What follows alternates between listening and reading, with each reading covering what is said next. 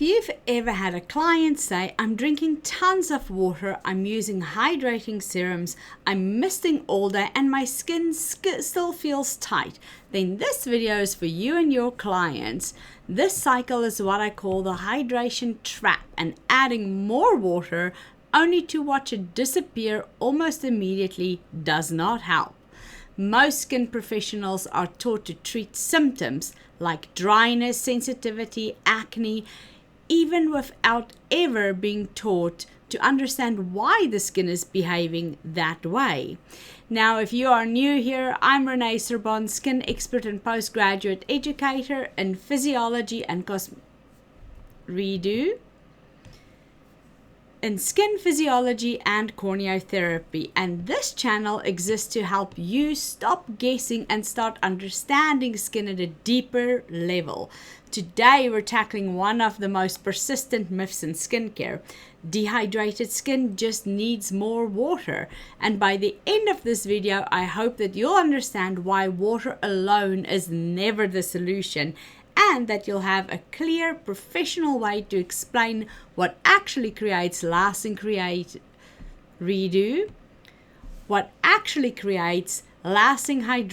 in the skin. Let's start by clearing up the distinction that still causes confusion.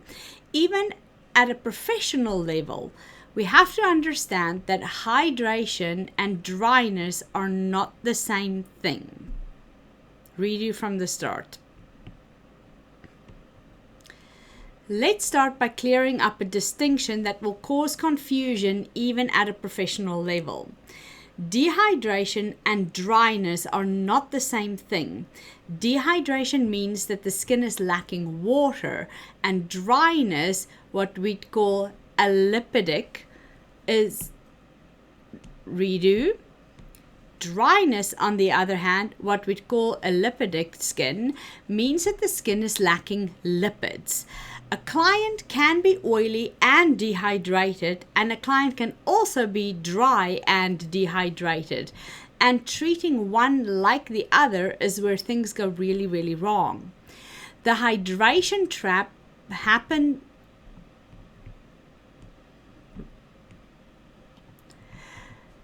The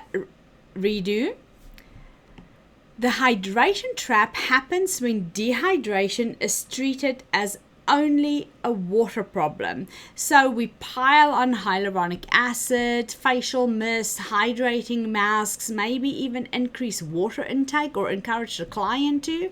And while none of that is inherently bad, it becomes ineffective if the skin can't hold on to the water.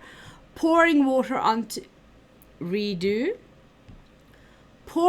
into a leaky bucket doesn't solve the problem. You have to fix the leak first, and in skin, that leak almost always comes down to barrier dysfunction, specifically involving lipids and natural moisturizing factor. So let's talk about the third line of skin barrier defense, the lipid barrier or the multilamellar structure. The stratum corneum is structured like bricks and mortar, whereas the corneocytes are the bricks and the intracellular lipid matrix is the mortar. When that lipid structure is intact, water stays where it belongs, inside of the skin, and when it becomes compromised, water loss or transepidermal water loss increases dramatically.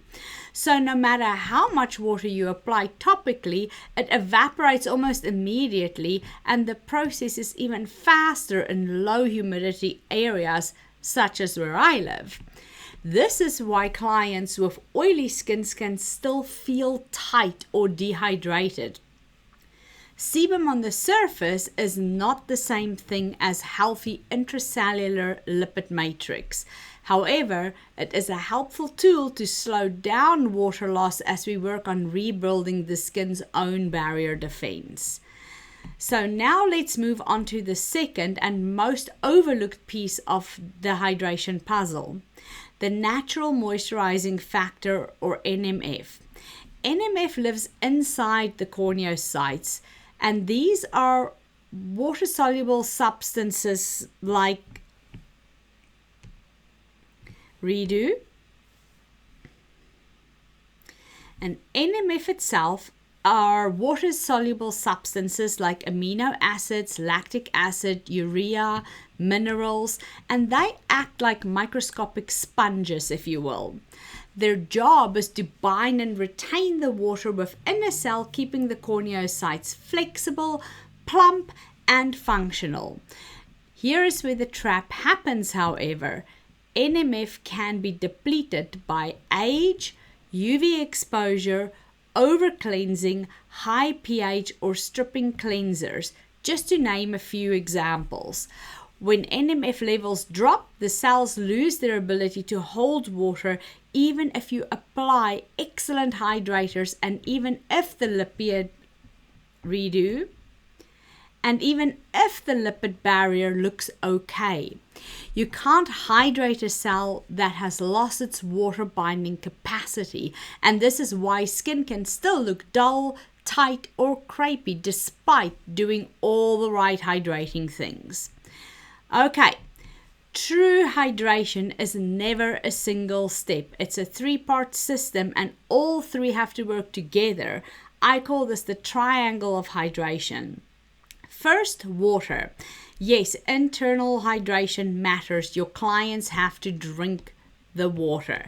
And yes, topical humectants like glycerin or hyaluronic acid do have a role. Second is lipids. Without ceramides, cholesterol, and fatty acids, water cannot be retained. This is how we repair the leaky bucket. We add those things to the skincare regime. And third is NMF support. The skin must be able to bind water inside the cells themselves, and that means replenishing amino acids, urea, lactic acid, and so forth to avoid the practices redo and avoid the practices that strip them away. Now, all three are addressed. Redo. When all three are addressed, hydration will stabilize. The skin stops chasing water and starts functioning properly again. And if there's a takeaway from today's video, let it be this. Dehydration is not a water problem. It's a water retention problem, and most often we tackle it by lipids. Redo.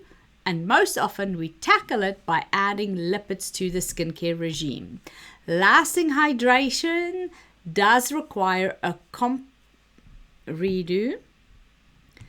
Lasting hydration requires a competent lipid barrier, functional natural moisturizing factor, and appropriate water delivery. Now, this kind of systems-based thinking is exactly what we train inside the Professional Skin Assessment Mastery, where we move beyond symptoms and into true clinical reasoning. If this video helped you If this video helped you rethink hydration, please like, subscribe, and share with a colleague who's still stuck in the hydration trap. And I will see you again next week.